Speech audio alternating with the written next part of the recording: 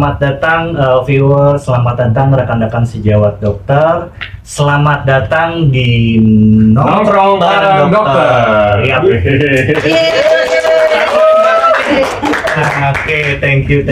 Jadi Nongkrong Bareng ini podcast pertama kami, podcast saudara kita ya. Iya, betul, dari Miracle Cell. Izinkan sebelum kita masuk terlalu jauh, izinkan kami sebagai host memperkenalkan diri. Saya Rahmat dan rekan saya Yusuf. Oke, siap. Mas Yusuf, sebelumnya apa kita nih? panggil viewer kita apa nih Mas? Oke, apa ya enaknya? Sahabat Miracle atau apa? Dong. Enaknya tuh sahabat Miracle. Sahabat Miracle. Oke. Biar Halo, enak. selamat datang sahabat Miracle. Ya. Siap nih. Oke, di tayangan perdana ini untuk sahabat-sahabat Miracle, kita mau bahas apa nih Mas Yusuf? Nah ini nih, perdana itu harus spesial nggak ya? Spesial banget harusnya. Nah kita itu mau ngebahas yang lagi hype banget nih, apalagi Oke. di akhir tahun nih, ya kan? Di akhir tahun tuh banyak banget perawatan estetik yang lagi hype. Nah Oke. kita mau ngangkat satu yang paling hype nih, dari awal tahun 2025 sampai sekarang masih hype. Apa sih itu? Apa tuh? Nah, itu kita mau ambil temanya perawatan exosome. Exosome. Familiar nggak dengan exosome? Oke, yang Rahmat tahu ya, exosome tuh banyak di treatment untuk anti aging, Tuh, scar, banget. ataupun beberapa case yang lain ya. Cuma sebenarnya exosome tuh apakah memang hype yang dibuat secara ilmiah atau apa nih? Nah, Kira-kira gimana nih Mas? kalau kita mau bahas kayak gitu, man, nah kita harus science behind it, ya kan? Science behind Nah, it, kalau benar kita banget. tuh bukan kapasitasnya, Yes. gitu. Makanya kita sekarang udah menghadirkan Ada siapa nih kita hadirkan? expert banget untuk Siapa nih kita hadirkan pada podcast perdana kita ini? Aduh, siapa ya? Siapa yang kita hadirkan, Kira-kira Mas Siapa Yusuf? di? Ya. Hari Oke. ini kita hadirkan dokter. Selamat datang Dokter Melisa Judi. Oke. Dokter Melisa luar biasa hari ini, cantik banget terlihatnya. Terima kasih. Oke. Mas Yusuf gimana, panggilin nggak nih? Aduh, aku jadi salty. Berarti biasanya kurang cantik nih ya. Aku jadi salty. Gimana dok? Nyampe kesini macet nggak tadi? Enggak, lancar. Aman ya, ya. lancar. Aman. Tadi sekitar jam 3 tuh sempat hujan badai di daerah sini. Makanya aduh ngeri banget loh. Cuacanya lagi benar-benar nggak menentu banget. Tapi syukur alhamdulillah, sebelumnya juga thank you banget ya. Dokter Melisa sudah mau berkenan untuk join di podcast Perdana kami kita loh. perdana loh. Jadi thank you banget, kami dari Miracle thank you banget. Sama-sama. Thank you juga. Nah, Siap. sebelum kita lebih lanjut nih, kita harus ngasih info nih ke teman-teman Miracle nih. Dokter Melisa Judi itu siapa sih gitu? Nah ini udah ada nih background umumnya Dokter Melisa Judi Kosianto. Nah beliau ini dokter estetik dan dengan title MBiomed dan Triple AM, kayak ini ya. Luar biasa tuh. Triple-nya Itu iya triple-nya loh, Triple AM. partai. Expert banget ya. Expert banget. Dan nggak hanya itu loh, beliau tuh juga certified trainer. Nah, ada beberapa certified trainer yang Apa aja tuh, Mas? beliau udah dapat ini dari deadlift teknik, collagen stimulator prosedur, dermal filler, exosome terapi. Nah, ini akan kita bahas nih hari ini nih. Ini Nanti dia topiknya fokus utamanya. exosome terapi. Terus ada skin booster treatment, skin problem management, banyak banget deh. Banyak. Tuh, jadi udah kapasitasnya udah cocok banget untuk kejelasin tentang topik kita hari ini ya Mas ya. Oke. Sebelumnya kalau boleh tahu dok, aku sih penasaran aja ya. Kalau dokter sekarang kesibukannya hari-harinya apa sih dok? Oke. Kesibukan sebagai seorang ibu ya. Seorang Ya. ibu dulu, betul. Jadi ibu Seorang dulu ya. Ibu dulu itu. Seorang ibu dulu, ini penting sekali. Yes, kesibukan Bebas. utama ya. Sebagai seorang ibu, kedua sebagai seorang istri.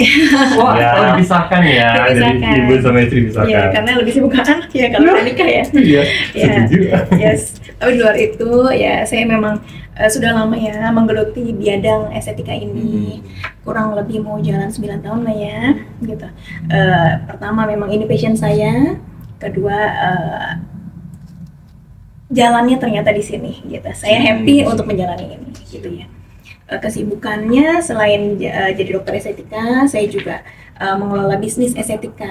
Jadi memang ada beberapa brand klinik yang memang sudah saya bangun sejak beberapa tahun lalu lama gitu ya. Ya cukup berjalan dengan baik sehingga sudah ada beberapa brand, juga ada beberapa produk yang ada dan saya pegang. Kemudian juga jadi dokter estetika. Dan tadi sudah sebutkan ada certified trainer ya, jadi saya juga trainer untuk banyak kasus-kasus seperti benang, filler dan sebagainya. Jadi semoga bisa sedikit memberi informasi tentang hal tersebut untuk rekan-rekan sejawat saya sih biasanya sih Mas, untuk Pak rekan-rekan dokter kalau saya biasanya trainer dokter. Oke, luar biasa. Dok, tadi kita sebelum ini on cam kita sempat bincang-bincang dokter setiap liburan keluar juga hobi nyari boneka ya dok, apalagi sih Iya. sehobi itu sama Risetnya boneka dalam anime banget. atau apa nih? Ya, jadi Sehobi itu ya dok. sehobi itu, luar biasa. jadi sejak sebelum nikah kita kerjanya sih memang hunting ya, Hunting. Oh, Pokemon itu, Dok? versi mini ya.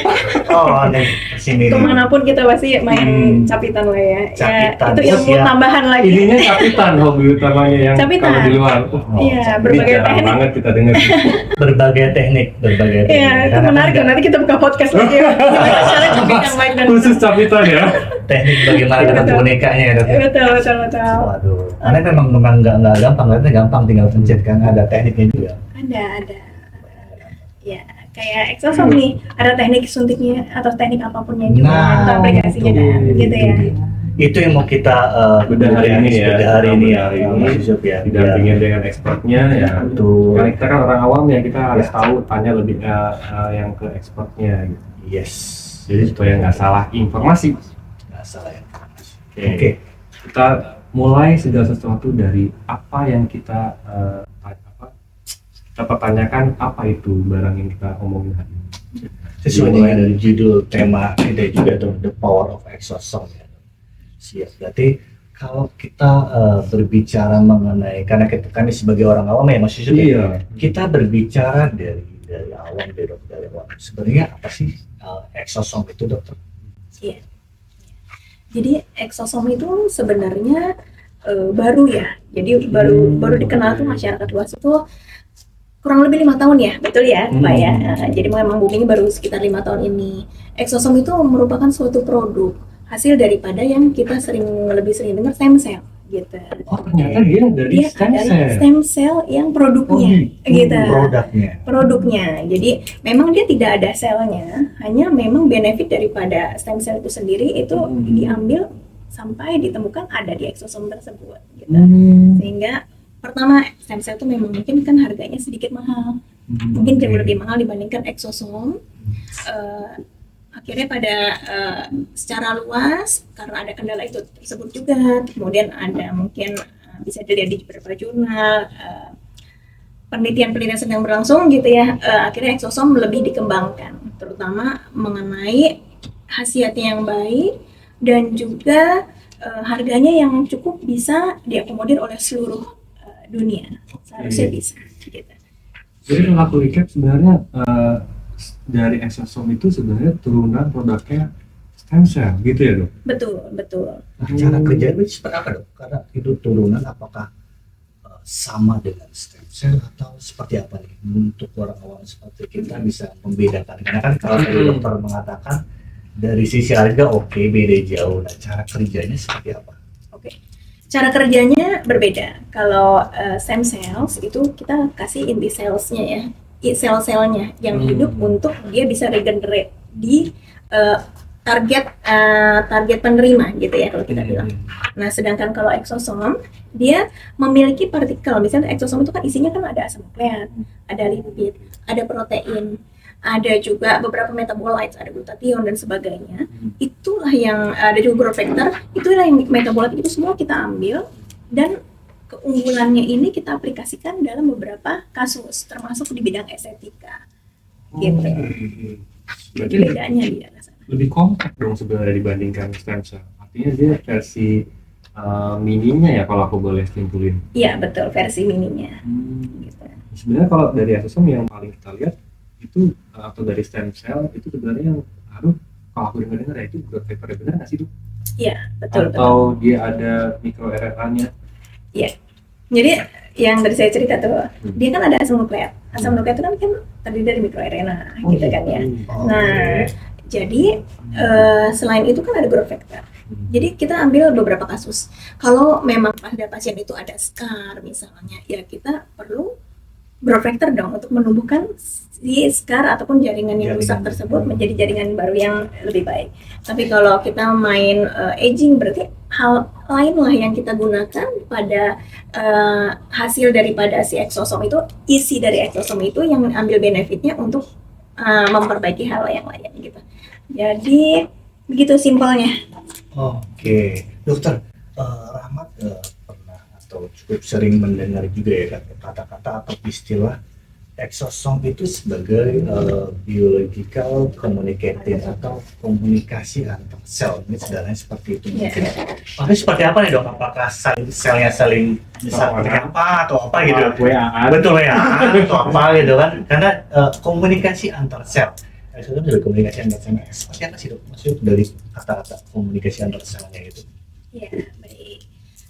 Seru ya, komunikasi antar sel ke sel, komunikasi. Kita ketemu kan?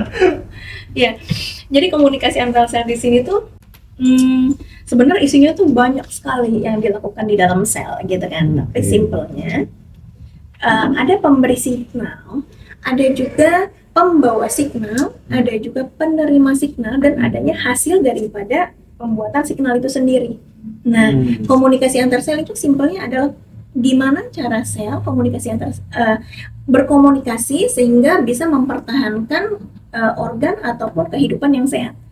Tergantung area mana nih si komunikasinya yang sedang berlangsung, di organ kah, di kulit kah, atau di bagian mana. Karena semua bagian tubuh itu memiliki komunikasi antar sel itu. Gitu. Oke, siap. Ini aku mau tanya juga nih dok, kenapa ya? Kalau memang dia fungsinya seperti itu, kenapa dia hype banget sih di bidang estetik, terutama ya, bahkan akhirnya sampai gila-gilaan dan semua sifu aja sekarang pakai dong. Yes. Ini kan jempol kantongku.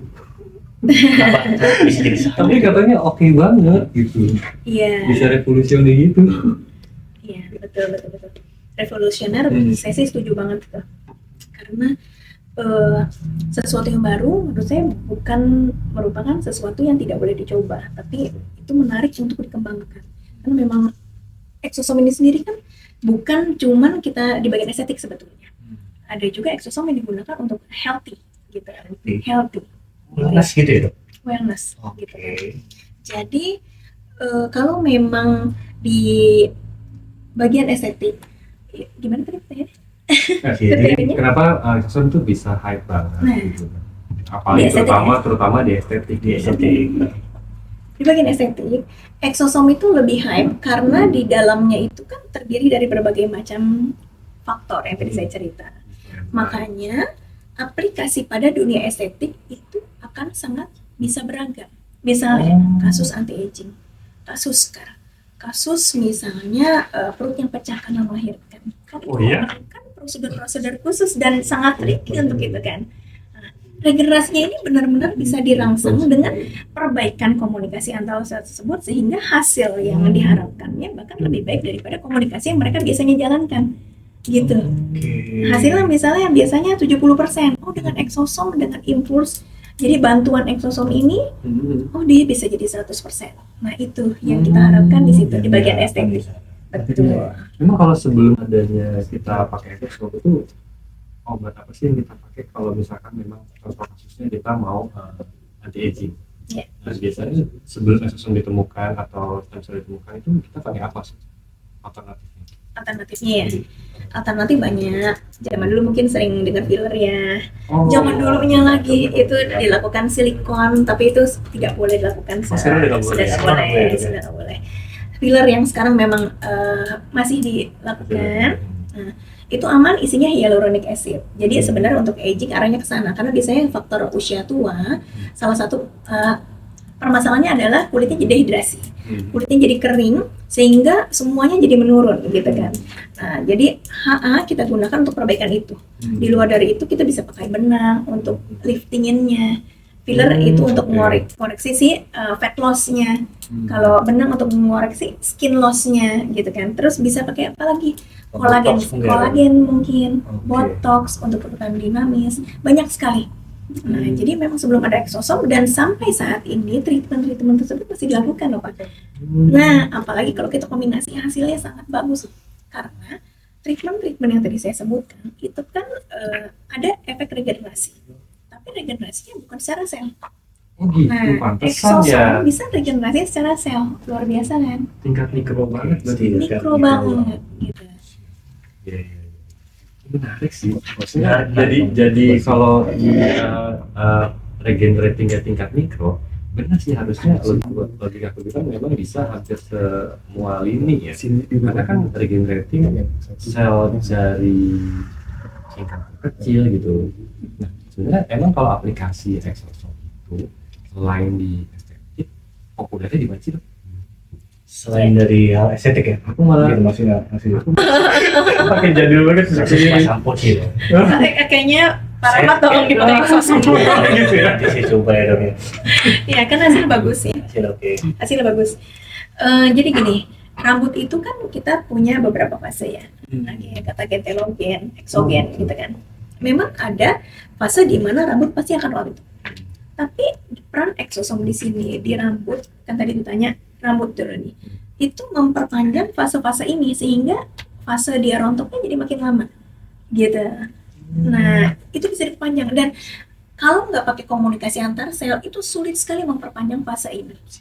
Nah, kalau serum-serum rambut itu pasti akan membaik atau tidak kerontokan, mungkin membaik karena dia memberikan nutrisi. Cuman selnya tidak terperbaiki. Nah, ini terperbaiki. Jadi untuk kasus-kasus yang cukup ekstrim sebenarnya bisa dicoba pakai exosome. Bisa dicoba. Begitu.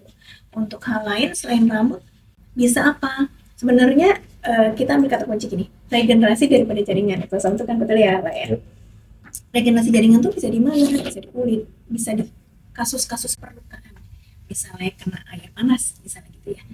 Nah sebenarnya itu bisa dipakai dan beberapa penelitian pun sekarang sedang dikembangkan. Exosome ini bukan cuma bagian estetika, tapi bagian perbaikan untuk pemulihan organ, pemulihan dari kulit yang rusak, Wound healing itu. wound healing. Oh, dia bisa juga. Berarti multi regional banget ya, maksudnya hampir semua lini bisa digunakan selama konsepnya regenerating ya. Betul, sama kode saya regenerasi.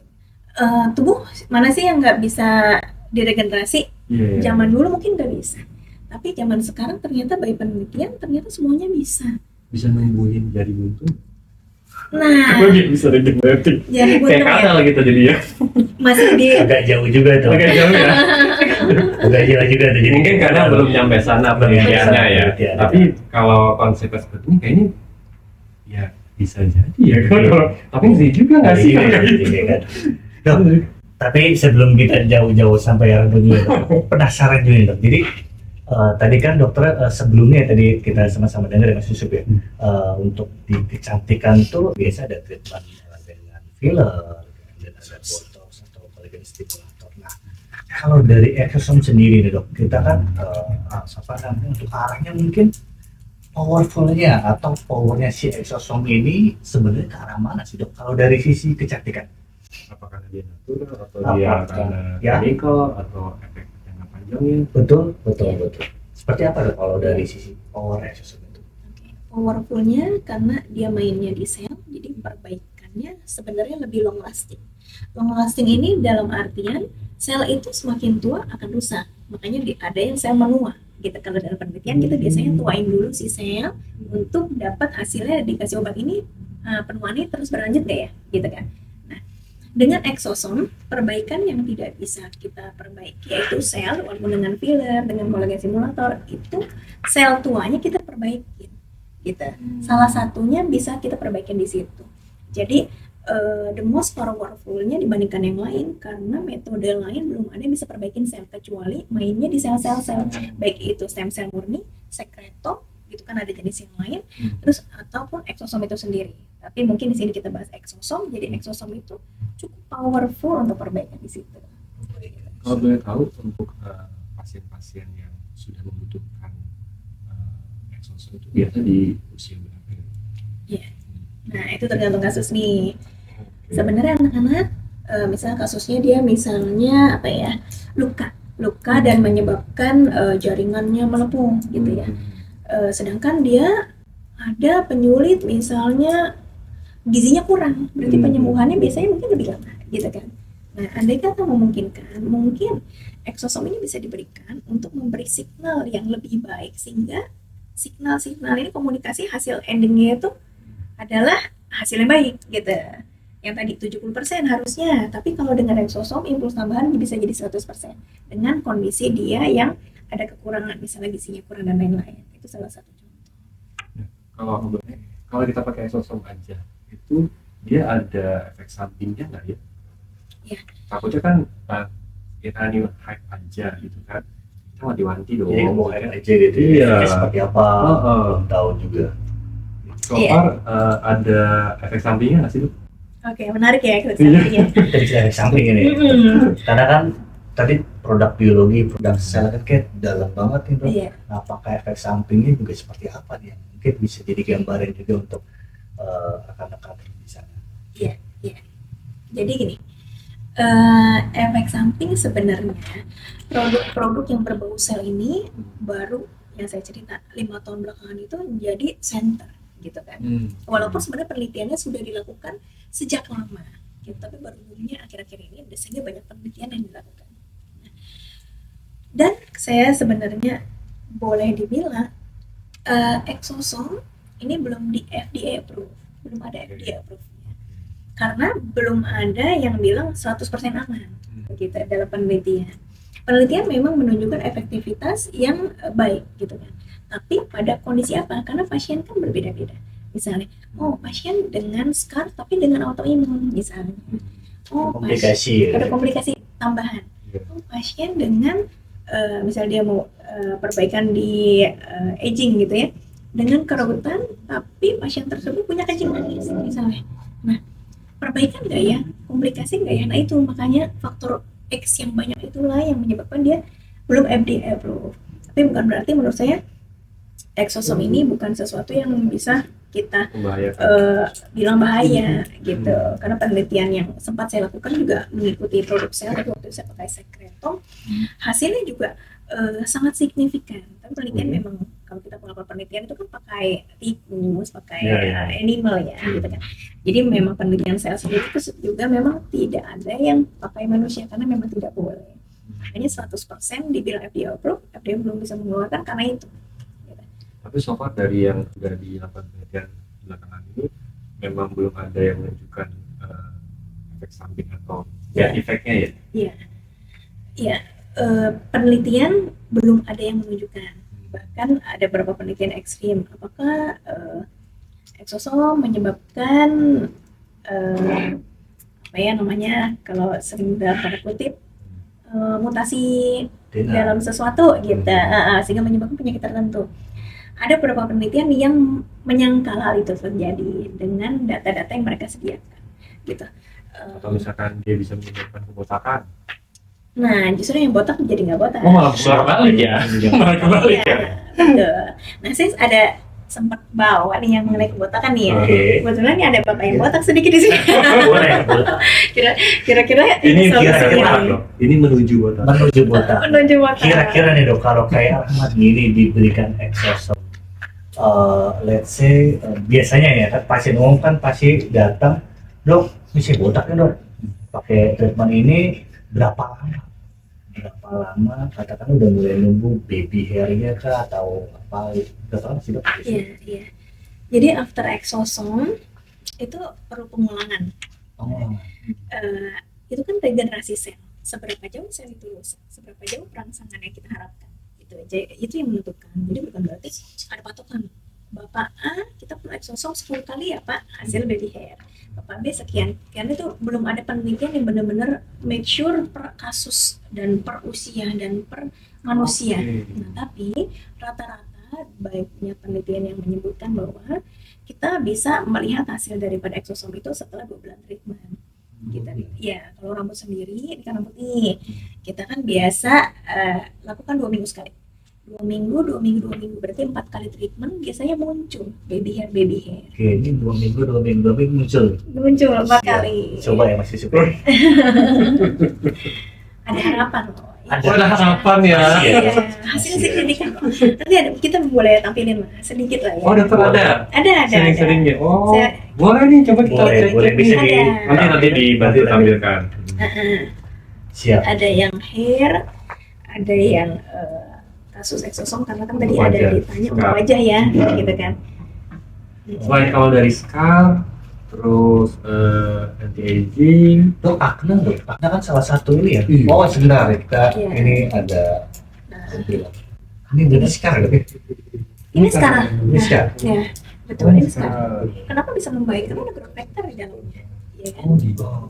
Ya, selain growth factor, kenapa bisa lebih membaik, warnanya juga lebih pudar? Karena kan ada metabolite lainnya itu. Ini signifikan banget ya dok. Signifikan. Perubahan. Signifikan. Di foto ini dia lakukan 1 kali eksosom. satu kali. Iya, Oh, 1 kali sesi treatment. Cukup signifikan. Gitu. satu kali aja begini. Yes. Karena Tapi, Dok, kan aku ada pengalaman. Temanku nih, dia juga sama treatment exhaust.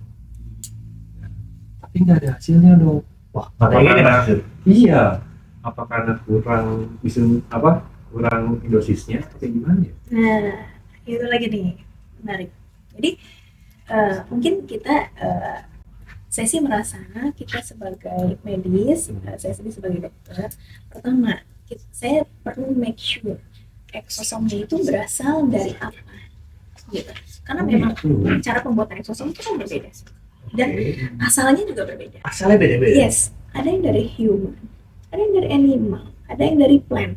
Nah, itu hasilnya juga berbeda Aku baru kan? tahu loh kayak gitu. Iya. Yes, cara penyulingan sampai akhirnya dia menjadi eksosomnya pun berbeda-beda. Nah, itu yang mungkin kalau bagian pasien mungkin kurang mengerti detail tentang itu. Tapi saya rasa dokter bisa terlibat di situ dalam pemilihan eksosom yang mana yang terbaik untuk pasien ini, Nah, yang untuk mana? pasien ini, gitu Yang kan. mana itu? Nah, tapi simpelnya memang eksosom yang berasal dari human itu yang tertinggi Human di base. kelasnya, betul, yang human base.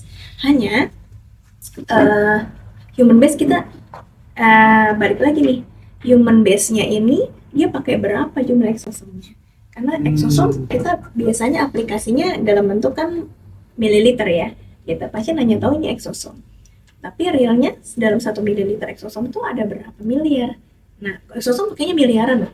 Oh, Iya. Udah kayak 1 mili itu miliaran. Ada miliaran eksosom. Tapi Gitu. ada ketentuan tertentu masih let's say tadi kan Mas Yusuf bilang nggak efektif, nggak efektif. Nah, sebenarnya ada ketentuan nggak sih harus berapa miliar atau sebenarnya? efektifnya berapa? Betul, efektifnya berapa miliar sih dalam Iya. 1 mili gitu tuh? Baik. By data yang real, yang terefektif itu berapa miliar sebenarnya belum ada yang bilang secara sebagai panduan gitu. Kalau kita kan di medis itu ada panduan dosis obat ya ceritanya. Guideline. Sebenarnya belum ada guideline yang murni seperti itu. Tapi memang beda. Misalnya gini, kalau kita masukkan stem-cell ke badan itu kan tergantung dari kilogram berat badan, gitu ya. Nah ini Oh, pun ada itunya ya? ada takarannya panduannya, ya? Oh. betul. Itu kalau stem cells. Nah kalau eksosom kita mainnya kan miliar. Itu juga pertama tergantung kasus apa yang terjadi dan seberapa jauh kita mau kenaikan signifikan. Tapi memang yang biasa saya gunakan sendiri biasanya itu di atas 20 miliar itu cukup sangat efektif untuk perbaikan. Jadi banyak 20 miliar eksosomnya per 1 mililiter. 1 mili. Ya, ini 1 tetesnya jangan dibuang-buang loh. 1 tetesnya ada berapa? Satu mili itu sekitar 1,5 tetes. 1,5 tetes. Tentunya tetes ya? Iya. Iya. Enggak, 1 tetes itu 1,5 mili biasanya. Benar nggak sih? 1 mili itu 20 tetes. Intinya 1 mili itu 20 ya. tetes. Ah, ah. 20 tetes dari infus ya. Tetes itu ya kan. Makanya kalau pasien saya ke saya biasanya udah tahu deh, Dokter Melisa paling rajin ngumpulin tetes demi tetes yang ada di Itu ampulnya. berharga banget. Itu berharga itu. 20 miliar. Iya, nggak Iya. kelihatan walaupun kecil tapi isinya tuh ternyata semiliar-miliaran. Yes. Itu minimalnya ya dok. Minimal. Berarti kalau lebih dari itu tentunya harusnya bisa jadi jauh lebih baik lagi. pasti jauh lebih baik. Emang ada ya? Ya, Ada aja sih. Nah, Ya, terus itu pemilihan nah, produk ya. ya. ada juga nih, Dok, temanku juga nih, itu baik banget ya, ibadah ya. Nah, dia cerita kan pengalamannya ditawarin exosome treatment nih. Tuh, sama dibandingin sama dia salmon. Terus akhirnya, nah, aku mau milih exosome karena dia jadi dokternya exosome aja. Nah, pas dia cerita tuh sama efeknya nggak bagus. Terus aku tanya, emang gimana sih waktu dia treatment exosome tuh? Nah, dia pertama dapetnya yang dibuka dalam kotak itu bubuk. Nah, terus diaplikasikan ke mukanya gitu. Dia nggak cerita tuh gimana. Nah, temen istriku ini pakainya dia sama exosome, ada works juga, dia berhasil gitu. Cuman beda banget, yang dipakai itu dia bentukannya beku. Nah, emang ada yang beku atau kan baru-baru banget kan? Terus katanya dicairin dulu, terus baru diaplikasikan ke wajahnya. Bisa ada dua perbedaan gitu, bukannya beda-beda atau sama ya? atau sama. Harusnya kan sama kan gitu, kan sama exosome. Nah, betul. Jadi pertama, exosome itu memang sediaannya berbeda-beda. Itu versi yang mahal tuh, yang tadi yang sebutkan ya. Ada lagi versi yang lebih murah, itu yang ada di skincare biasanya. Itu malah nggak dingin, malah nggak beku gitu kan ceritanya kan. Tapi basically semakin stabil itu exosome, akan membuat exosome itu jumlah miliar-miliarnya itu jadi lebih banyak gitu. Kalau by research memang exosome yang berasal dari exosome yang awalnya itu cair ya, terus dibekukan, kemudian kita cairin dulu exosome itu baru dipakai, itu lebih baik dibandingkan yang bubuk. Kenapa? Karena dalam proses menjadikan itu bubuk akan ada proses kerusakan dari exosome itu sendiri. Biasanya by penelitian akan berkurang tuh sekitar 20 sampai 40% tergantung. Yes, tergantung. Jadi lumayan ya, dari 20 miliar jadi 10 miliar misalnya gitu kan ya. Itu mah setengah harga deh kayak Jadi, Betul. betul. Nah, jadi mungkin itu yang perlu dilihat. Terus mungkin exosome-nya yang tadi human ataukah plant ataukah animal. Terus exosome-nya dikombo nggak, jangan-jangan exosome yang dikombo dengan partikel lain, karena beberapa produk yang ada itu juga bukan murni exosome. Jadi exosome ditambah HA misalnya, atau ditambah PDRN, atau ditambah beberapa partikel lain. Nah, sebetulnya exosome itu boleh dikombin dengan partikel lain gitu kan, juga tidak membuat efek itu jadi lebih jelek, bahkan sebenarnya jadi lebih baik gitu kan. Cuman mungkin kita perlu lihat, perbaikannya di sini yang tadi temennya Bapak bilang nih ya, perbaikan di sini yang dilihat apa, glowing kah ataukah scar membaik kah? Karena sebenarnya exosome yang murni kita mau main efek glowingnya itu sebenarnya minimal, karena dia arahnya kan sel regenerasi gitu kan. Iya. Dia bukan buat glowing ya, dia buat regenerating ya. Yes, betul. Tapi glowing nggak? Kulit sehat glowing loh, iya kan? Caranya dibikin glowing gitu. Tolong dong di lampunya diterangin biar glowing. Antara glowing berat atau minyak sih. Oh, minyak ya. Minyak ya. Iya, bener. Nah, yang berminyak itu ya kan bisa yang kecenderungan kulitnya jadi sering berpori-pori besar, itu sebenarnya bisa tuh pakai Iya, exosome. aku tuh pagi ya pasti, apalagi pas pulang kerja gitu ya, pasti kesini set tuh kelihatan banget tuh pori-porinya. Itu sebenarnya treatment base-nya mending itu dulu ya. Iya. Itu langsung ngecilin. Tapi nggak bisa kayak Pori-pori tapi nggak bisa hilang ya. Pori-pori Iya itu dong. hanya bisa mengecil sampai sesignifikan apa, orang itu masing-masing berbeda. Oh gitu. Itu kan jalur keluar daripada si kelenjar sebum kan. Kelenjar sebumnya otomatis tetap masih ada. Hanya jalur keluarnya ini yang nanti kita bisa akalin gimana dia bisa mengecil. Gitu aja. Oke. Jalurnya itu ya. Jalurnya. Menarik banget ya dokter tadi. Jadi apa namanya, kita juga dapat gambaran ya kriteria, karena kan kalau berbicara mengenai satu produk tentunya ada kriteria yang produk ini baiknya di level ini, kayak tadi dari mulai apa namanya konsentrasinya ya di angka 20 atau sampai dengan bahkan 50 miliar per mili, sumbernya juga ya kan, mana yang jauh lebih powerful, sumbernya apa, kemudian sampai dengan yang terakhir bagaimana bentuk sediaannya gitu ya dok ya. Kita ngaruh juga ya kesediaan. freeze, Aku freeze atau iya Powder. atau powder. kira se-efek itu ya? Bisa tadi berapa? 20 sampai Kehilangan 30% efektivitasnya. Ya 30 lah sekitaran segitu. Betul. Oke, jadi apalagi kalau konsentrasinya juga rendah, let's say tidak nyampe di angka 50 miliar, kemudian ternyata powder juga, jadi makin dikurang dari 30%-nya lagi berapa yang diterima di wajah. Betul. Gitu ya, simpelnya. Betul. Simulasi seperti itu. Oke, oke. Mungkin bisa dinasihatin ke Kalau teman-teman. iya ya. Daripada buang-buang duit gitu Betul, kan. daripada buang-buang. Mending langsung efek powerful gitu Yes. kan daripada saving time-nya juga tuh. Kalau dokter biasa pengalaman udah panjang banget. Dokter kan praktek udah di estetika udah dari 2016 ya. 2015 2016. 9 tahun oke. 12. Praktis banget. Praktis banget. Dok, boleh sharing nggak kalau aplikasinya biasanya untuk itu dokter untuk kasus-kasus apa yang biasanya dokter akhirnya pakai semua jadi kasus-kasus apa? Pertama, untuk pasien-pasien yang sudah tua, untuk aging bagus banget, gitu ya. Dia merasa kolagen, perbaikan signal yang udah tua itu kan pasien udah tua otomatis signalnya dari sel-sel yang udah tua tidak maksimal. Dok, sorry dok, izin potong. Berarti kalau aging atau udah tua, ukuran usianya berapa sih dok? Biasanya Nah, apakah 35 atau masih 40 gitu? Anda masih muda, nggak usah insecure gitu. Oh ya, pakai aja. Udah tua atau wajah yang sudah dikatakan aging ya. Kalau Krisya mungkin masih mengkilap juga karena minyak tadi ya dok ya. Oh, karena ingat ya. Aging itu usia berapa sih dok sebenarnya? Ya, usia tua kan usia sel beda sama usia tubuh ya. Oke, Iya. kita harus bedain dulu nih berarti nih. Oh, beda ya.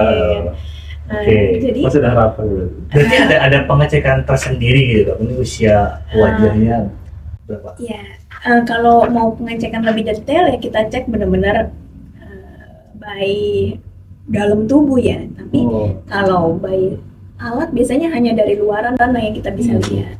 Cuman kita lihat aja dari habit sebenarnya. Kan pengecekan yang dari dalam, misalnya hormonal dan lain-lain itu kan cukup pricey gitu kan. Dia stabil atau enggaknya. Kita bisa buat simpelin pakai pengecekan habitnya dia. Pasien merokok enggak ya? Aduh. Pasien. Nah, Atau ini sinder itu masih semua. Kenapa ya? merokok enggak ya? Minum alkohol enggak ya? Oh, Gitu tidak. Tidak. Haram ya dok ya. Tidurnya baik atau enggak ya? Aduh. Pola tidur. Pola tidur. Dua dari tiga itu nggak. Dua dari tiga. Iya. Apa gitu dok? Nah, terus pasien cukup minum suplemen nggak ya selama ini? Antioksidannya cukup nggak ya? Nah, itu semua ngebuat sel-sel itu cepat menua ataupun jadi lambat menua, gitu kan. Walaupun memang setiap setahun itu 1% itu pasti kolagen turun 1%, tubuh itu menua baik usia kita. Kalau ini fungsinya buat apa? Konteks ini. Nah, konteks ini berarti untuk mempertahankan supaya kulit tidak berkerut, supaya kulit tetap lampi. Jadi kolagen itu kan sebenarnya bentuknya seperti panjang-panjang gitu ya. Begitu kolagen itu sudah menua, otomatis jadi lebih renggang. Kita mau buat seratnya itu jadi lebih banyak, lebih tight. Kalau dia lebih tight, otomatis jadi lebih kencang dan pelampi, gitu ya. Itu bisa kita perbaiki juga tuh pakai exosome, gitu. Gitu. Dia secara nggak langsung juga repair untuk stimulat kolagennya ya berarti. Iya betul. Jadi dia bisa repair, stimulat kolagen di usia tua. Nah, usia muda terperbaiki atau enggak terperbaiki, tapi kan enggak semua pasien perlu kolagen gitu kan. Misalnya usia masih 20 tahun, kolagen masih banyak. Masih banyak. Betul. Nah, makanya kalau usia 20 tahun, kasus SCAR, saya tidak melulu ambil exosome karena dalam tanda kutip kolagen dia masih bagus. Diimpuls sedikit saja sudah oke. Impuls ini. Dikasih stimulus, kasih stimulus sedikit oke. aja dia berarti sudah oke. Exosome pertama dia lebih mahal sedikit ya dibandingkan treatment lain. Jadi opsional lagi balik ke pasien gitu kan. Saya lihat secara general pasien ini membutuhkan exosome atau tidak ya gitu kan. Terus pasien ini memilih exosome atau tidak ya. Nah gitu. Ada juga pasien yang memang exosome masih baru nih dok gitu kan, walaupun kita sudah by jurnal dan apa gitu kan, tapi pemilihan lagi pasien karena benar banyak opsional untuk perbaikan jaringan. Misal dengan PRP dan sebagainya, itu kan ada growth factornya juga ya. Nah, tapi kalau pasien udah habitnya jelek, usia tua gitu kan, kita mau maksa combo, maksain pakai PRP, combo itu pasti hasilnya tidak akan maksimal. Enak PRP. PRP bagus, tapi kan isinya kan lebih ke arah growth factor. gitu ya. Oh karena habit dia, kalau aku ingat dia dari ambil sampel darah kita ya. Terus Betul. di Proses gitu ya. Diproses. disulap lah sama si dokter, aku nggak tahu deh. Karena ibuku pernah dia untuk emang kasus ini sih apa lutut sih. Oh, lutut. PRP. Jadi darah diambil terus pakai alat puter-puter gitu, terus tiba-tiba jadi satu vial. Nah itu yang disuntikin. Emang kalau kayak gitu malah jelek ya kalau PRP-nya. Maksudnya lebih gimana? PRP itu hasilnya beda-beda. Kalau yang lifestyle bagus, saya kayak udah PRP juga super banyak orang. Itu kayak bisa jadi tebak-tebakan, lucu deh. Gaca. Gaca. Hasil PRP coba deh cek ini. Karena sering ngeliat, jadi agak different loh. Orang yang dengan kolesterol, I think ada sedikit berbedaan dari hasil darahnya sendiri. Kan PRP itu kan plasmaris platelet ya, itu beda lagi. Tapi dari serum darah yang ada keseluruhannya itu kan berbeda gitu. Ada yang cenderung keruh, ada yang cenderung warnanya kok sangat putih gitu ya, jadi banyak kabut gitu ya. Nah itu indikasi ke hal-hal yang mungkin kurang baik di dalam tubuh dia gitu. Tapi kita nggak bisa bilang make sure Pak kayaknya kolesterol nih, enggak juga gitu kan. Tapi Pak coba dicek ini gitu kan. Tapi kebanyakan ada terdeteksi di situ. Makanya PRP pada usia tua bagus atau enggak? Ya pertama tubuh udah aging gitu kan. Kedua, kalau pasien dengan kolesterol hasil darahnya pun tidak akan sebaik itu. Berarti bisa dependen sama pasien ya? Source-nya Bisa kan dari pasien tersebut ya dok. Jadi kalau let's say kalaupun dia belum tua tapi gaya hidupnya ya tadi merokok, minum, terus begadang terus, ya hasilnya juga sama, akan tidak sebaik itu. Iya. Betul. Padahal yang diusir kan dari darah yang dia itu kan regenerasi dirinya juga kan. Jadi Betul. kualitas juga udah dijaga banget ya kalau kayak gitu. Random. Betul. Jadi yang merokok Merokok nih, aging style-nya cepet tuh ya kan, bapak-bapak ini. bapak yang di luar sana kali ya. Kita kan masih mas-mas. Ya, dokter, ada kasus lagi nih dok. Ini salah satu kasus yang mungkin menarik dan biasanya kalau disinggung ini jawabannya adalah selalu dengan kata-kata butuh waktu, butuh proses. Melasma dok, apakah punya potensi eksosom untuk bisa menjadi salah satu treatment untuk ke arah melasma dok? Iya, bisa. Saya sempat treat juga beberapa pasien melasma. Oke. Gini, faktor pencetus melasma itu kan bervariasi ya, dari hormonal, dari faktor keturunan, dari faktor habitual gitu kan.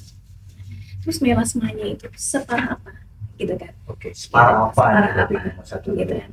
Terus pencetusnya apa selain daripada itu yang tadi itu? Ada, itu kan faktor yang dari kita bisa deteksi secara ngobrol ya. Tapi ada juga Kok bisa secara ngobrol deteksinya? Saya lihat dari wajah langsung atau Iya. apa? Ini dokter ngayang apa gimana bisa deteksi secara ngobrol? Enggak lah, ngobrol kayak gini ngobrol kan. Ngobrol kayak gini terus tahu Ibu, melasma seperti apa? kebiasaannya apa? Oh saya suka berenang dong katanya gitu kan. Oh oke, gitu kan, kita terima dulu. Oke, berenang pakai sunscreen enggak? Gitu kan. Oh, oke. Enggak dok, gitu kan. Oke, sunscreen diulang enggak? Gitu kan. Nah, terus KB-nya apa? Nah, KB itu? KB. Emang ngaruh? Konsep Emang ngaruh? melasma ngaruh gitu. Lebih bagus lepas KB apa pagi-pagi? Lebih bagus lepas KB, betul. Cuman memang ada KB tertentu. Bagus. Tapi jangan jadi nggak mau KB ya. Jadi ada KB tertentu yang memang juga tidak menimbulkan reaksi hormonal. Jadi tenang aja. Banyak faktor. Banyak Gitu, faktor masih banyak ya. faktor. Jadi jangan KKB juga dari Jangan. Oke. Nah, dari faktor-faktor kita kumpulkan. Data mana sih yang ternyata di pasien miliki dan paling membuat progresivitas melasmanya itu paling meningkat, gitu kan? Misalnya, dari habitual, ya berarti kita harus pakaiin treatment untuk memperbaiki si flek-flek yang sudah besar-besar ini dan menjadi hitam-hitam. Tapi kita juga harus perbaikin pakai kurangin habit-habit yang jelek tadi, gitu. Ya kan, misalnya pakai sunscreen ya Bu, 4 jam sekali, SPF-nya sekian, gini gitu ya kan. Nah, jadi balik lagi ke eksosom. Eksosom bisa untuk memperbaiki melasma. Kalau ekspektasinya melasma berarti kan kompleks banget ya. Dari penyebabnya aja udah banyak yang harus dicek kan. Ya. Berarti pun efeknya pun atau cara kita penanganannya pasti akan berbeda dong kalau kayak gitu. Ya, betul. Dan berapa Tiap lama pasien bisa? berbeda. Ekspektasi kalau misalkan kita bergantung banget sama kasusnya. Iya.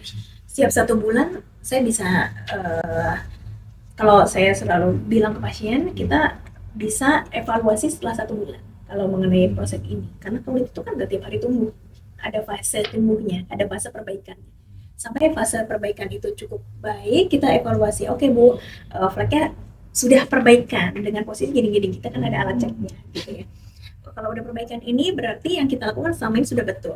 Sekarang kita cek lagi nih Bu, fleknya Ibu sekarang lebih superficial nih, ada masalahnya di sini sini sini, kita evaluasi lagi. Jadi pelan-pelan dievaluasi di situ. Gitu. Exosom itu kan multi layer. Sekalipun sebenarnya keunggulan exosom adalah kenapa ada exosom topikal? Karena exosom itu kalau diolesin di satu tempat tertentu, dia bisa sedikit masuk ke jaringan yang lebih dalamnya. Gitu. Nah, tapi kalau pada kasus melasma itu adanya hiperpigmentasi pada bagian kulit yang lebih dalam. Betul ya? Nah, gimana cara kita mau ngatasin hiperpigmentasi di dalam selain daripada kita perbaikan supaya nggak ada yang rusak lebih dalam lagi kalau kita nggak perbaikin sini gitu ya. Nah jadi caranya nggak bisa cuma pakai krim-krim karena kan krim itu hanya di luar ibaratnya, sedangkan melasma itu di dalam. Kalau kita kasih exosom dia bisa nge-repair lebih dalam atau biasanya pakai microchannel, ada microchannel yang kita buat supaya exosom itu masuk ke lapisan yang kita targetin gitu kan, yang kemungkinan si melasmanya ada di sini nih gitu kan, di lapisan ini dan kedalaman pasien segini nih kulitnya, karena kan walaupun udah ada by anatomical kemungkinan berapa milimeter tapi kan tiap orang agak bervariasi gitu kan ya. Nah kita usahakan setarget mungkin, sebaik mungkin sehingga hasilnya efektif. Itu satu gejala itu kompleks banget ya benar. Itu kalau aku lihat kayaknya semua memang untuk mendapatkan kecantikan tuh cuci bukan kita datang langsung keluar berubah. Memang kayaknya untuk proses juga butuh dokter yang bisa nemenin juga berjogi itu ya. Iya betul. Pendampingan. Setuju sih, karena gini, saya sering ketemu nih kasus pasien tidak menyebut nama, hanya sharing.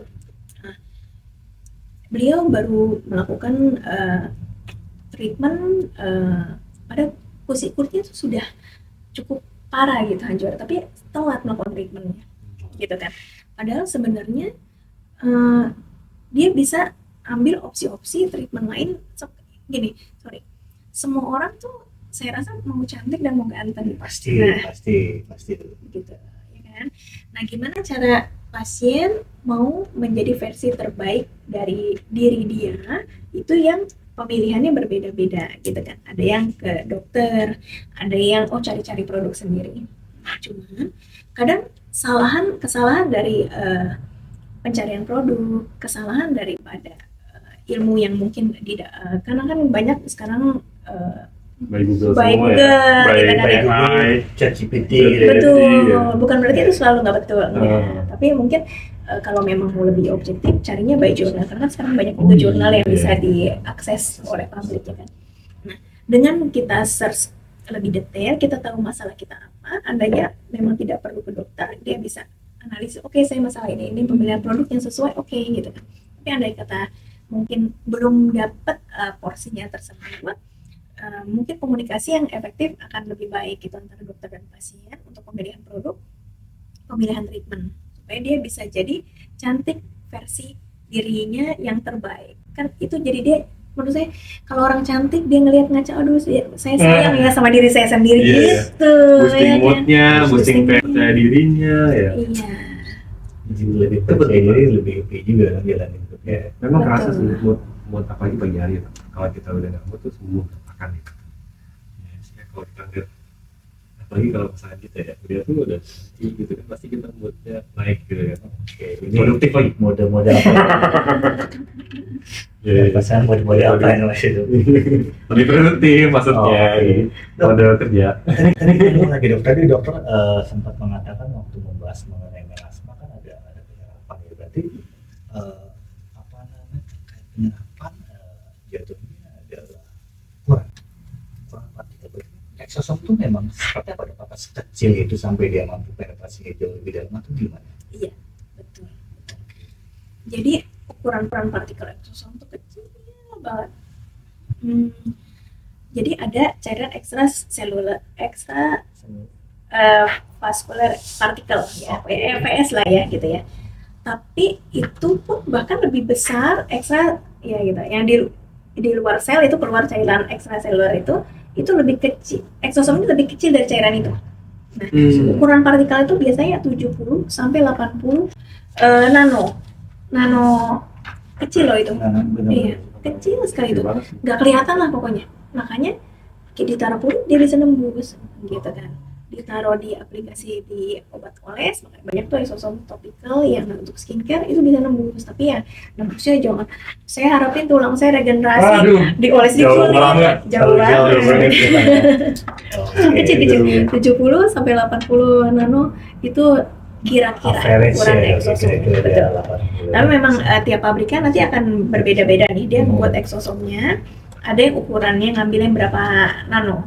Ada sebenarnya exosom yang untuk healthcare dia pakai ukuran yang lebih gitu, iya gitu ya, lebih kecil. Cuma kan memang itu masih saya cerita lagi ya, itu belum FDA approve gitu kan, jadi mau ngedetailnya bingung. Tapi memang ada ukuran tertentu yang dikhususkan untuk area mana, ukuran untuk area mana. Oh, berarti harus ini ya, jadi pengen dokter itu ya, mencari tahu hal itu ya, menseleksi produk-produk yang akan dipakai, terus jadi mengetahui sampai sedetail itu dari tadi apa tuh partikel size, konsentrasi, sediaan tadi ya, sumbernya ya, sediaan dan juga sumbernya ya. Jadi itu yang pada akhirnya harus juga lebih selektif karena kan pasien datang sudah mengeluarkan budget, dia pengennya juga dapat hasil yang terbaik tentunya dengan proses yang dilakukan. Gitu. Dan salah satu dari selektif produk adalah yang harus dilakukan dari bagian dari dokter. Betul, bagian dari dokter. Tidak melulu kok exosom harus jadi pilihan. Kalau pasien itu tidak membutuhkan exosom, gitu kan ya. Tapi kalau pasien butuhnya exosom ditambah yang lain, pasien juga akan mengerti kok jika memang kebutuhannya tersebut, gitu kan. Iya. Boleh nggak tuh punya pengalaman pasien yang pernah combine treatment, terus hasilnya gimana? Iya. Combine treatment hasilnya lebih baik kalau yang saya lihat. Karena yang notnya bahwa exosom tidak buat glowing gitu kan. Glowingnya diperoleh setelah repairnya cukup berarti gitu kan. Dan itu perlu proses. Kadang pasien kadang maunya lebih ke glowing. Glowing pakai apa? HA dong, hyaluronic kan, karena dia kan menarik air. Jadi dengan cara kita kasih exosom dengan hyaluronic acid, dia ada penarikan air sehingga dehidrasi di kulit dia yang menyebabkan kulit dia kusam dan keriput luar-luarnya itu terkendalikan. Sambil nunggu exosom ini bekerja, karena perlu waktu loh. Kasih signal-signal ini nggak bisa langsung gitu kan. Betul. Jadi ada proses juga ya, nggak serta-merta diberikan keluar dua gitu. Betul. Biasanya range-nya berapa lama tuh dok? Kalau misalnya tadi dokter mengatakan butuh waktu nih, berarti treatment kecantikan yang menggunakan exosol biasanya berapa lama sih dok? Apakah per 2 minggu sudah mulai terlihat hasilnya atau per 4 minggu atau seperti apa dok? Iya, kalau di wajah saya biasa lakukan per 1 bulan.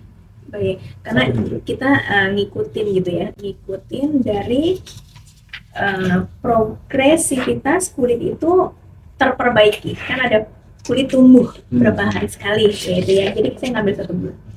Tapi kalau kita ngambil di rambut, kita ambil di 2 minggu sekali gitu. Memang ada research yang memang dilakukan juga di 2 minggu sekali. Ini makanya saya selalu ulas adalah bisa bervariasi nggak dokter, ini kita lakukan exosom 1 minggu atau 1 bulan, sedangkan yang lain itu berbeda ya, karena nggak ada panduan pasti. Tapi 2 minggu sampai 1 bulan itu bisa dikerjakan untuk dapat hasil yang maksimal. Kalau terlalu panjang kita pengulangannya juga tidak baik, karena seberapa banyak sih signal yang kita harapkan untuk bisa jadi baik sampai hasilnya cukup berarti, itu aja nih. Berarti komitmen pasien diperlukan banget ya di sini. Ya, komitmen ya per 2 minggu dia, terus ada dia harus beberapa kali treatment. Tapi ya menurut sih worth it ya, kalau untuk hasil resultnya sih ya worth it banget sih gitu. Dok, tadi menyinggung mengenai rambut nih dok, balik lagi karena Kayaknya masih belum kelar. penasaran mahasiswa, penasaran Ada concern pribadi. siapa tahu kan jadi panjang lagi ke potongan tublok ala Korea gitu kan. Dok, di beberapa tahun yang lalu kan ada tren penggunaan untuk hair growth treatment dengan minoxidil. Kalau kita berbicara exosom dengan minoxidil comparison seperti apa dok untuk cara kerjanya? Dok, Ya, beda fungsi ya. Kalau exosom itu memang perbaikan dan kita bisa bilang sebenarnya perbaikan itu kan permanen kalau versi sel gitu kan. Tapi ya menua lagi sel itu Menua lagi. gitu ya. Dan ke minoxidil itu kan obat tanda. Jadi biasanya kalau minoxidil memang tanda kutip kalau nggak dipakai lagi dia akan loss lagi rambutnya. Kalau mau nggak loss dong. dependent gitu. Waduh. Gitu. Betul. Hasilnya ya baik betul memang minoxidil. Minoxidil kalau kita taruh di daerah sini pun tumbuhnya gitu kan. Tumbuh tapi kan sebenarnya itu atomic lah gitu lah ya.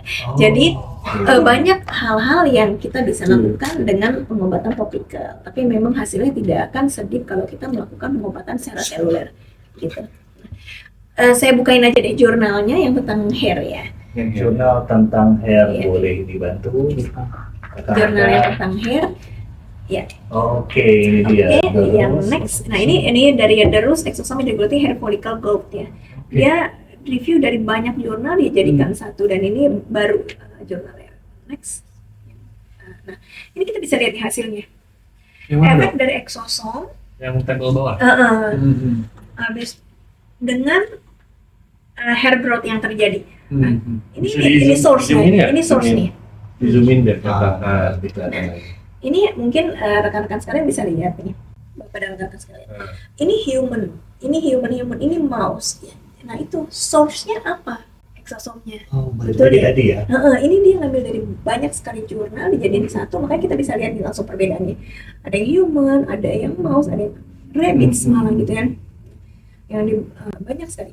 Nah dari ini kita bisa lihat hasil. Nah itu efek in vitro atau ex vivo-nya. Oh, tabel sini nih, tabel Iya, ketiga, yang keempat nih. 4 sama 5 nih ya. Ya, tuh.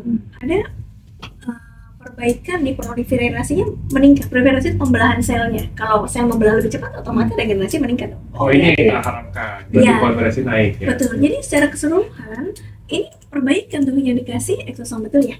Nah Oh, ini iya. berjurnal nih by penelitian. Nah sekarang in vivo sekarang tuh. In vivo-nya juga perbaikan. Masih zoomnya masih.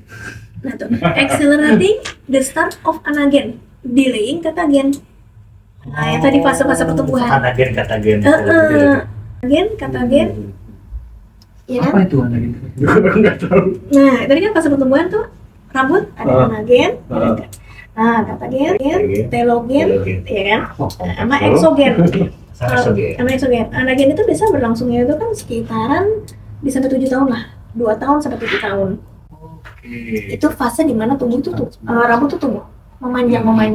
Nah, terus kalau katagen itu fase di mana dia itu istirahat dulu lah. Tapi itu nggak berlangsung lama, palingan cuma sekitar 10 hari. Oh. Nah, telogen itu fase ya mirip istirahat juga. Kalau di katagen itu dia jadi udah mulai si growth factornya mulai mengecil, folikel rambut mulai mengecil gitu kan. Nah, katagen ini fase yang telogen ini fase istirahatnya, yang murni istirahatnya. Jadi dia tidak bekerja. Nah, di fase ini tuh rambut itu udah mulai rapuh. Nah, ada lagi fase exogen itu di mana rambut itu tiba-tiba kok rontok ya. Nah, Oke. Itu karena tua dok atau apa dok? karena memang fasenya selesai. Jadi rambut itu memang pasti akan berakhir fasenya. Oke. Bisa balik lagi ke Fase hidupnya ya berarti. Fase dia? hidupnya.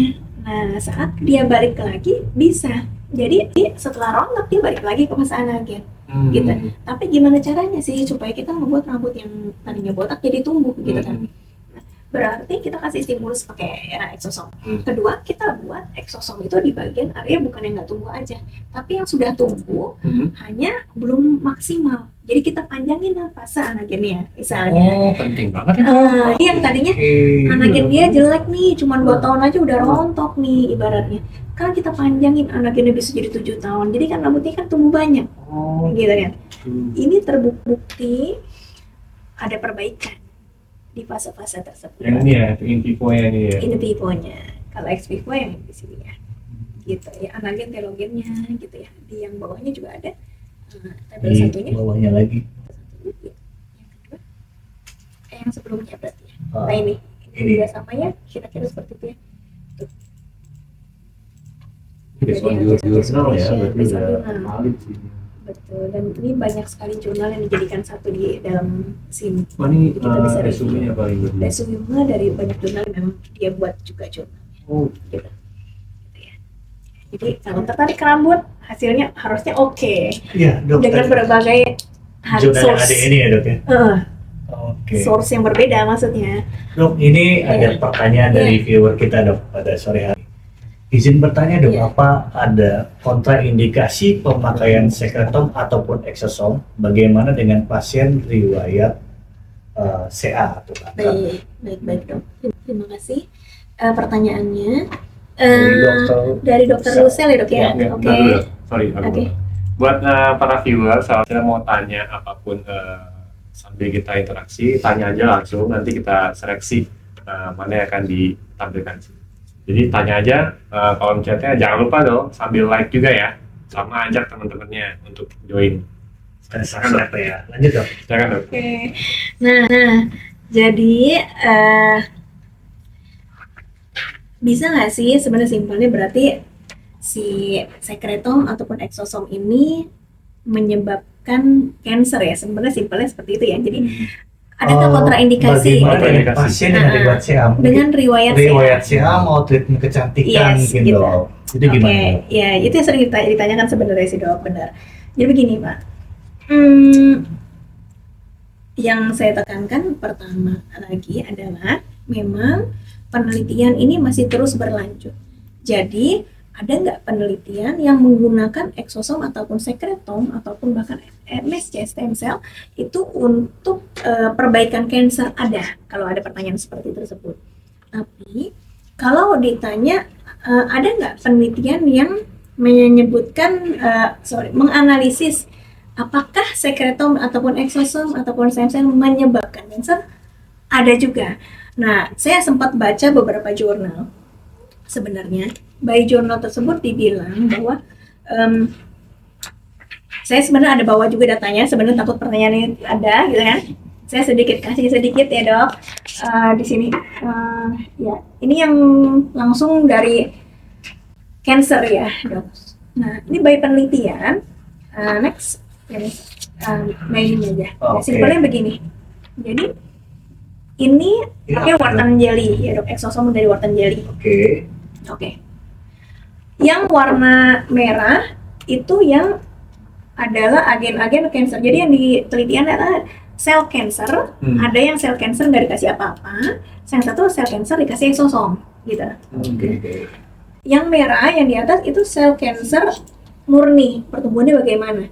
Yang hijau itu sel cancer yang diberikan eksosom. Yang dikhawatirkan menyebabkan kanker nggak ya, ataupun pasien dengan riwayat kanker gitu ya. Kalau dengan riwayat ibaratnya lebih minor, tapi ini kan dengan kanker, bahkan ini sel kanker yang di sini teliti. Hasilnya ternyata hasil dari ending penelitian adalah tidak signifikan meningkat. Tidak ada pengaruh gitu. Nah, jadi kalau yang izin saya bisa jawab adalah by jurnal. Beberapa jurnal bilang hal serupa, bahwa belum diketahui adanya pengaruh peningkatan dari resiko kanker tersebut, begitu. Tapi tidak berkemungkinan sih dok ya. Tapi tidak menutup kemungkinan karena memang masih dalam penelitian.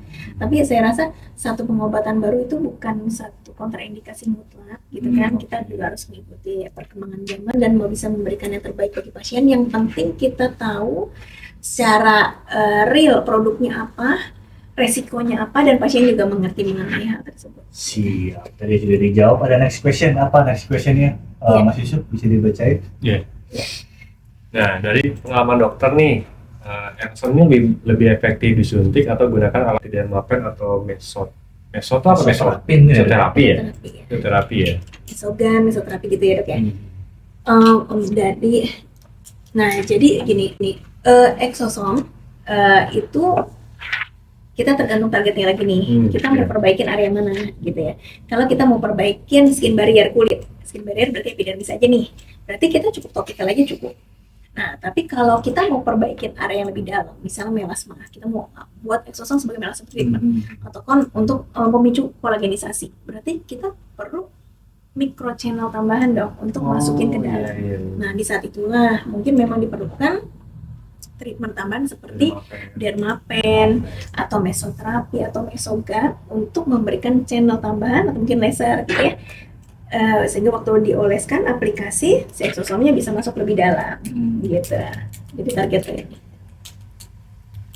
Nah, kita lanjut lagi dok. Ini ada pertanyaan ketiga nih. Izin tanya dok, untuk anti aging exosome ini bisa diinjek sampai on bone atau ligamen? Waduh, itu kayak next topic ya. Kayaknya itu kan nanti ligamen udah ke bukan estetika lagi ya dok ya. Mungkin next lagi pertanyaannya. Nanti kita jawab di sesi podcast kedua lah gitu. Siap. Ya kan? Tapi yang perlu diketahui bahwa pembentukan kolagen itu kan bukan di bone ataupun di ligamen ya. Oke. Jadi mungkin areanya tidak harus sedalam itu untuk bisa menstimulus kolagenisasi yang tadi, pembentukan kolagen. Syarat itu yang dicatat. Dok, tadi dokter sempat menyinggung treatment laser. Nah, kalau dengan treatment laser ini apakah dibarengin kah atau perlu jeda berapa hari, let's say laser dulu atau exosome dulu atau sebaliknya itu seperti apa dok? Kalau dengan kombinasi treatment laser? Iya. Ya, jadi exosome kalau udah dibuka itu tidak bisa bertahan lama. Oh, gitu. Notnya di situ. Ini Apalagi praktis sih. apalagi human ya, udah mahal, tidak bisa bertahan Fragile lama. ya dia. Fragile. Makin hari dia makin hilang tuh jumlah miliar-miliar tadi. Jadi after laser baiknya langsung aplikasikan full gitu. Karena kalau itu dibawa pulang dan untuk treatment sehari-hari bukan nggak ada hasil, tapi jumlahnya jadi sudah tidak signifikan gitu. Makin lama makin berkurang. Hanya kalau memang ada sisa produk boleh sebenarnya itu aplikasikan aja tiap hari. Bagusnya langsung saat ada perlukaan, karena after luka itu kan ada microchannel jadi masih terbuka. Nah setelah beberapa jam itu kan akan ada pembentukan sel darah putih dan lain-lain, akhirnya nutup kan si jaringannya kan. Nah kalau udah jaringan nutup berarti udah nggak ada microchannelnya lagi kan. Itu yang kita upayakan. Oke, siap. Ini menarik sih, kita udah kulit. Sebenarnya banyak sih yang kita mau tanyain ya. Masih. Karena terus kalau kita recap ya, memang exosome perannya di regeneratif sih. Dan itu aplikasinya estetik itu kalau kita lihat dari tadi ya, itu memang ternyata baru lingkup kecilnya aja estetik, tapi ternyata masih bisa juga untuk sel dan banyak terapi yang lainnya. Betul. Itu menarik banget. Betul. Ini Oke, next dokter sesi mungkin luar biasa. bisa untuk Oke, healthcare. jadi oke, kita invite lagi nih Putri Melisa nih. Ya. Dokter, ini mungkin juga masih banyak yang ingin bertanya. Dari kami juga masih banyak pertanyaan. Cuma untuk sesi kali ini karena keterbatasan waktu ya dok. Tapi sebelum kita let's say berpisah, boleh nggak nih dok? Kita berdua termasuk dengan sahabat Mirasal tadi ya, Iya, sahabat Mirasal. dikasih quote atau kata-kata hari ini dari dokter Melisa Yudi. Apa dok kata-kata hari ini atau quote-nya dok untuk viewers kita? Gitu ya. Yap. Saya selalu sering bilangnya begini, jadilah yang tercantik versi dirimu. Ya kan, karena semua orang tuh punya versi yang berbeda. Iya, Diri dia banget pengen ya. cantik seperti apa, bukan berarti harus diubah bentuknya, tapi Tuhan kasih kita gift apa, kulit seperti apa, itu bisa jadi cantik. Semua itu bisa jadi cantik. Luar biasa. Bukan lu. Terima kasih banyak untuk nyempetin hadir. Yes, dan thank you terima kasih banget, banget Melisa. nih expertise-nya di sharing ke sini ya. Betul, Jadi Mas Rahmat ya. Kita banyak membuka banget, terutama apa sih sebenarnya itu exosome, terus cara milihnya, sebagai dokter milihnya seperti apa, aplikasinya dikemanain, terus cara kerjanya seperti apa. Banyak banget ya, meskipun waktunya terbatas ya. Jadi Sayang banget, padahal mah kalau gitu bisa ngobrol 3 jam. Nggak, ini satu topik doang. ya, cara kerja seperti apa, terus spesifikasi tadi ya dok yang definisi apa tadi, mulai dari base, source base, sediaan, konsentrasi, kemudian ukuran partikel. Tadi sudah dijelaskan juga secara gamblang oleh dokter Melisa seperti itu. Thank you banget sekali lagi, dan untuk sahabat Mirasel, apa namanya, jangan lupa apa Mas Yusuf? Subscribe YouTube channel kita Yes. di Miracle Cell. Miracle Cell, kemudian juga di follow IG kita Follow juga ya. IG kita Follow IG yang ada juga. centang birunya. Yes, Ya, jangan salah karena ada 2 tuh yang ikutin. Ya, Nah, kita centang biru. yang kita tuh centang biru. Betul. Jadi jangan salah. Betul. Nah, Nah, nanti bisa lihat cek ada nih, link di bawah nih. layar. Seperti itu. Rasain juga ya link di bawah. Oke. Siap, kalau gitu dari saya Rahmat, Mas Dari Yusuf, saya Yusuf yes, dan dari Dr. Melisa. Judi. Kita pamit, sampai jumpa di next episode When Talk. Bye bye. Bye bye.